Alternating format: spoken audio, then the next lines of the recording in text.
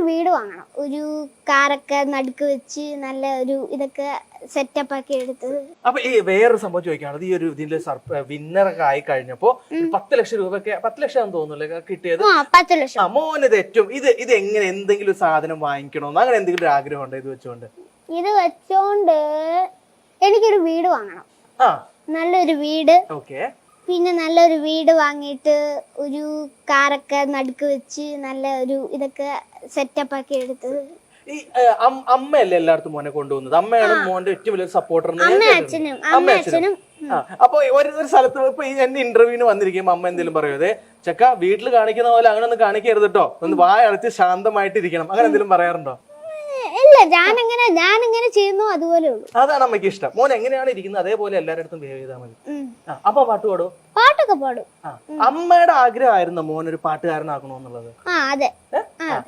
അമ്മ പണ്ട് കുട്ടിക്കാലത്ത് അമ്മ ഇങ്ങനെ പറഞ്ഞിട്ടുണ്ടോ, എനിക്കിങ്ങനെ സിനിമയിലൊക്കെ പാടണമെന്ന് ആഗ്രഹം ഉണ്ടായിരുന്നു, പക്ഷെ അത് നടന്നില്ല, മോനെങ്കിലും നന്നായിട്ട് പാടി കുറെ സിനിമയിലൊക്കെ കയറണമെന്നൊക്കെ അമ്മ പറഞ്ഞിട്ടുണ്ടോ? പണ്ട് പറഞ്ഞിട്ടുണ്ടായിരിക്കും, ഞാൻ എന്തായാലും ജനിച്ചിട്ടില്ല.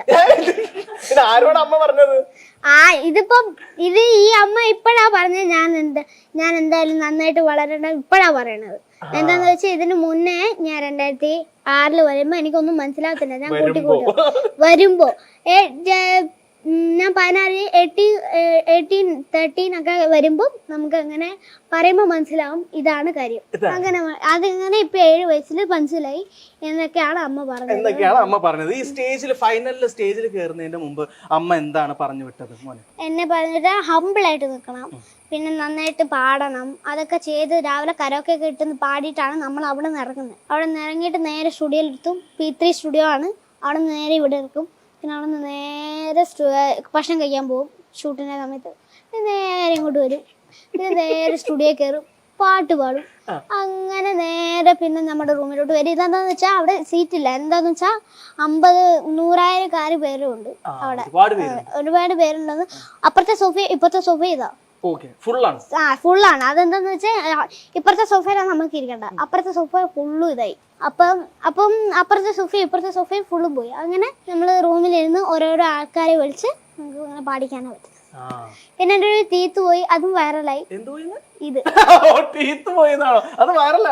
വൈറലായി മൊത്തത്തിൽ. പിന്നെ അത് ഹർഷബയുടെ കൈ കൊടുത്ത്. അപ്പൊ ഹർഷബയ പറഞ്ഞ് മറ്റേ ഹർഷബയുടെ വൈഫ് ഭാരതി ദീദി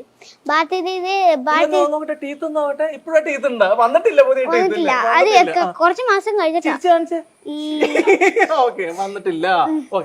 അപ്പൊ വന്നിട്ടില്ല. അപ്പൊ ഇതിനു മുന്നേ ഞാൻ ഹർഷബയ്ക്ക് കൊടുത്ത് ടി വി തന്നെ ഒരു ടിഷ്യൂ പേപ്പറിൽ ഇട്ട് കൊടുത്ത്.